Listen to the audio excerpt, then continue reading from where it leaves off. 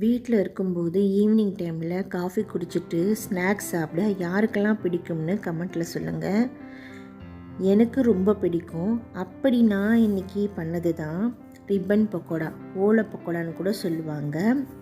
First ஒரு பவுலில் 2 cup கடலை மாவு, 1/2 கப்பு பொட்டுக்கடலை மாவு, 1/2 கப்பு அரிசி மாவு எல்லாத்தையும் சலிச்சு எடுத்துக்கலாம். மாவை கட்டி இல்லாமல் சலிச்சுட்டு 1/2 ஸ்பூன் ஓமம், 1 ஸ்பூன் வெள்ளை எள்ளு, 1 ஸ்பூன் காஷ்மீரி சில்லி, 1 ஸ்பூன் பெருங்காயத்தூள், 1 ஸ்பூன் உப்பு, உருக்குன பட்டர் சேர்த்து ஒரு சேர கலந்து விட்டுக்கலாம். நல்லா மிக்ஸ் பண்ணதுக்கப்புறம் தண்ணியை கொஞ்சம் கொஞ்சமாக சேர்த்து ஸ்மூத்தான மாவாக பிசைஞ்சு வச்சுக்கோங்க. ரிப்பன் பக்கோடா அச்சு போட்டு எல்லா பக்கமும் எண்ணெயை தடவிட்டு ஒரு கையளவு மாவை எடுத்து அச்சில் போடுங்க.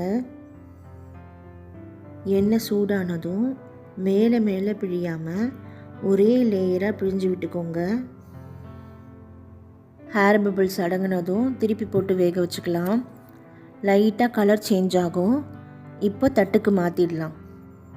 சூடாறினதும் சாப்பிட்டு பாருங்கள். நல்லா மொறு மொறுன்னு சூப்பரான ரிப்பன் பக்கோடா செம்ம டேஸ்ட்டாக இருக்குங்க. ட்ரை பண்ணி பாருங்கள்.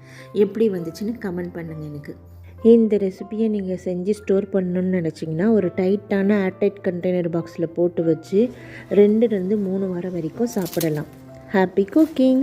பாய்.